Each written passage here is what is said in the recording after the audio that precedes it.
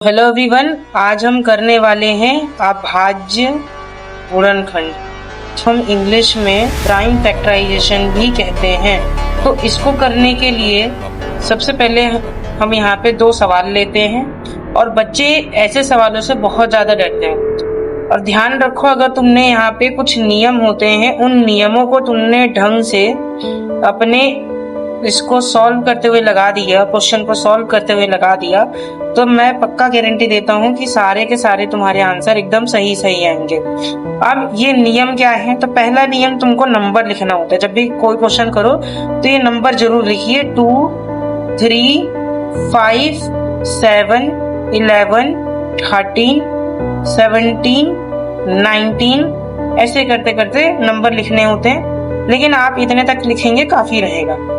तो ऐसे नंबर्स को हम प्राइम नंबर्स कहते हैं। तो इन नंबर्स को लिखना सबसे पहला स्टेप है, ठीक है। इसके बाद आपको क्वेश्चन को नीचे सेम टू सेम उतारना है और यहाँ से एक सीधी लाइन खींचनी है और यहाँ पे एक सीधी लाइन खींचनी है। मुझे उम्मीद है यहाँ तक आपका ये नियम पूरी तरीके से फॉलो कर लिए होंगे आप सभी ने।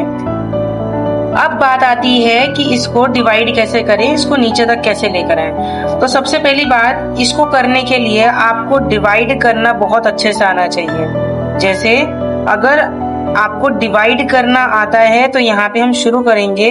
कैसे शुरू करेंगे? सबसे पहले हमें 2 से डिवाइड करना है। अगर ये 2 से डिवाइड हो रहा है तो यहाँ पे हम 2 लिखेंगे। इसको चेक कैसे करेंगे कि ये नंबर 2 से डिवाइड हो रहा है? तो 12 को आप रफ पेज में कहीं पे भी 2 से डिवाइड करके देखिए तो 2 6 12 जैसा कि हम जानते हैं होता है।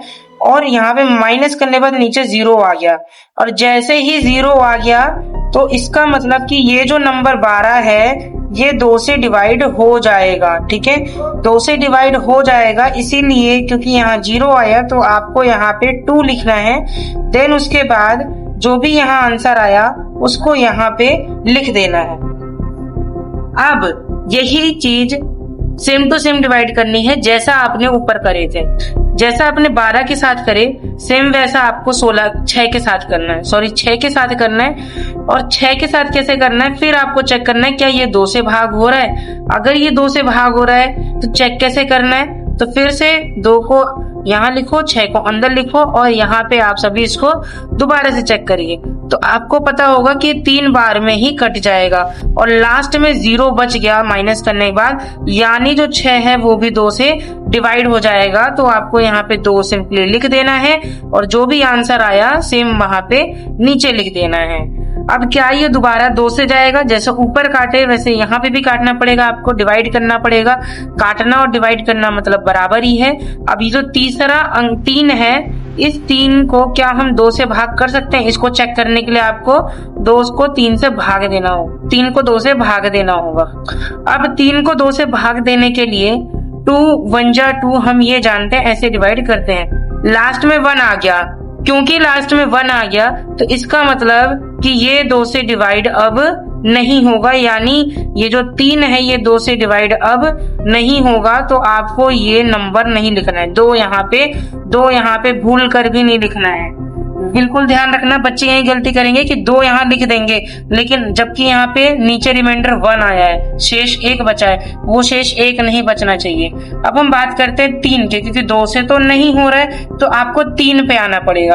अब जरा 3 से देखते भाग होता है कि नहीं। फिर से आप कहीं रफ पे आइए और 3 से इसको चेक करिए, क्या ये 3 1 जा 3 करके नीचे 0 बच रहा है क्या?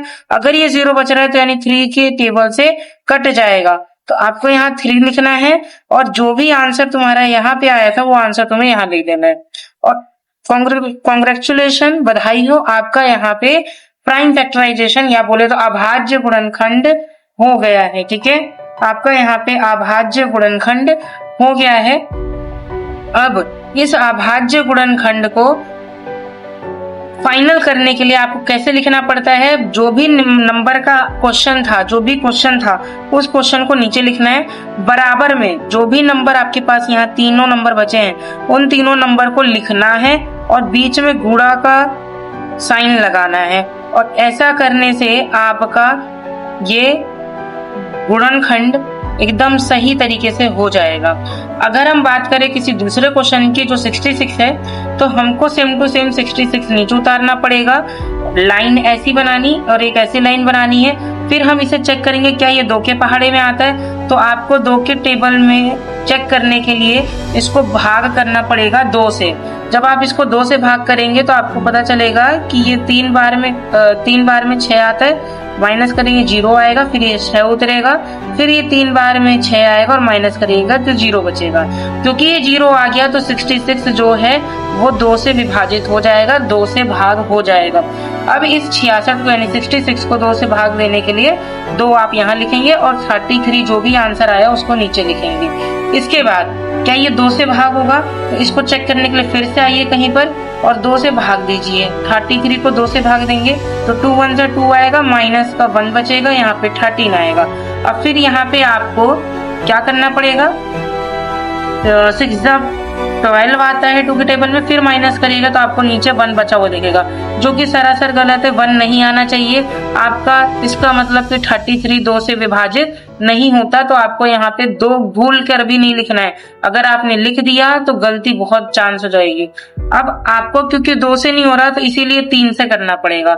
अब 3 से करने के लिए आपको 3 से चेक करना पड़ेगा, तो 3 से चेक करने के लिए फिर से वही सेम चीज, 3 1 जा 3, माइनस करिएगा 0 बचेगा, फिर 3 नीचे आएगा, 3 1 जा 3, फिर माइनस करिएगा 0 बचेगा।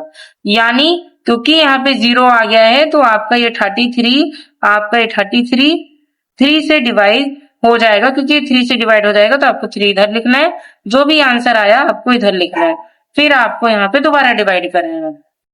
अब फिर सेम चीज आ गया, फिर से आपको 2 से विभाजित करके देखना होगा, यानी 2 से डिवाइड करके देखना पड़ेगा। तो 2 से डिवाइड करेंगे 11 को तो 2 5 जो 10, माइनस करेंगे नीचे 1 बचेगा, क्योंकि यहाँ 1 बच रहा है तो ये गलत हो गया, यानी 11 जो है 2 के टेबल से नहीं कटेगा। और अगर 2 के टेबल से नहीं कटेगा फिर 3 के टेबल से चेक करते हैं, तो यानी 3 के टेबल से चेक करने पे यहाँ पे देखने को मिलेगा 3 3 जा 9, माइनस करेंगे 2 बचेगा, जो फिर से सरासर गलत है। यहाँ पे आपका 0 बचना चाहिए था, इस वजह से ये रॉन्ग हो जाएगा। इसके बाद अगर हम बात करें 5 की, तो फिर से आपको 5 से चेक करना पड़ेगा। 5 से चेक करिए, 5 2 जा 10, माइनस करेंगे 1 बचेगा, ये तब तक करना पड़ेगा जब तक यहाँ 0 ना आ जाए, तो आपका फिर से ये गलत हो जाएगा, इस वजह से 11 भी 5 के टेबल से नहीं कटने वाला।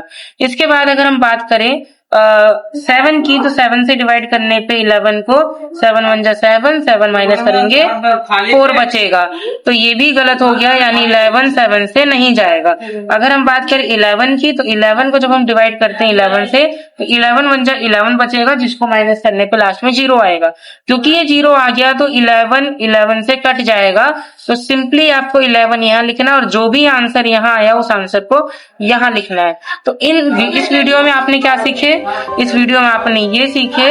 अच्छा, एक चीज और छूट गया है कि यहाँ पे 66 लिखना है जो भी क्वेश्चन हुआ है, और इसको बराबर करना है 2 × 3 × 11, और ये आपका हो जाएगा आंसर। और इसमें हमने ये सीखा कि पहले आपको जितने भी प्राइम नंबर है उसको लिख देना है, उसको लिखने के बाद आपको सिंपली डिवाइड चेक करना है कि किस नंबर से डिवाइड होंगे, और अगर डिवाइड हो रहा है तो आपको यहाँ लिखना है, और जो आंसर आया था उसको यहाँ लिखना है। ऐसा करते करते करते करते जब तक ये 1 ना आ जाए तब तक आपको ये खत्म करना है, और फिर लास्ट में जो भी क्वेश्चन यहाँ लिखा है लिखो, और यहाँ जितने भी नंबर्स हैं उनको आपस में मल्टीप्लाई कर दो।